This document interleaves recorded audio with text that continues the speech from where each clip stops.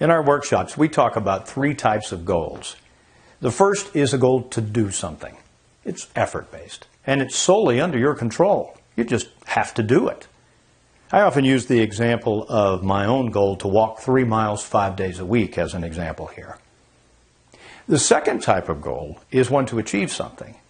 Achieve goals are more results-based.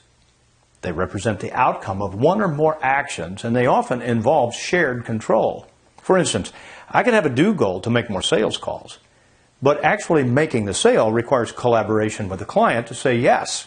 The sale becomes a shared outcome and represents an achievement that's no longer solely based on my efforts. And even if things are under my control, like, say, losing weight, can be considered an achievement, because I can wake up today and decide to walk 3 miles, or I can decide today to consume fewer calories. I can't wake up today and just decide that I'm going to weigh less. The change in my weight is the result of the actions I take, the things that I do. Now, the secret to effective execution lies in the relationship between these two types of goals.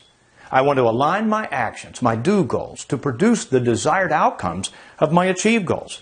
And the more directly I can link the two in cause and effect relationships, the more I can simply focus on doing the things that I can control to accomplish the higher level things that I want to achieve, which, by the way, generally come with greater rewards. So I first determine what I want to achieve and let that drive the things that I want to do. But how do we know what it is that we want to achieve? Well, that's where our third and final type of goal comes in. This third tier is our goal to become someone or something. Because once we get clear about who or what we are seeking to become, we can begin to list the attributes that describe that person or organization. And working to develop these attributes provides the direction we need to establish meaningful targets for the things that we want to accomplish or achieve. So first, determine who or what you seek to become. Then list the attributes of that person or organization. And let those attributes drive your achieve goals. And let your achieve goals drive what you set out to do every day.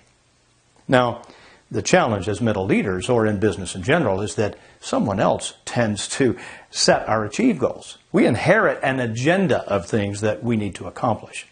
But that makes it all the more important that we are clear about who we want to become.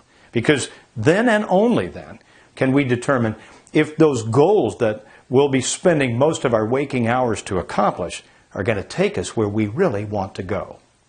And if they're not, to begin to show us what steps we'll need to take to make sure that we don't spend a lifetime climbing a ladder only to learn at the end that it was leaning against the wrong wall. On the other hand, constantly aligning our personal become goals with our professional assignments sets us up for a rewarding career that leaves us with no regrets. And for people of faith, I think getting a sense of who or what we'll become is rooted in the way that God has uniquely wired each of us. What skills or gifts has He given you?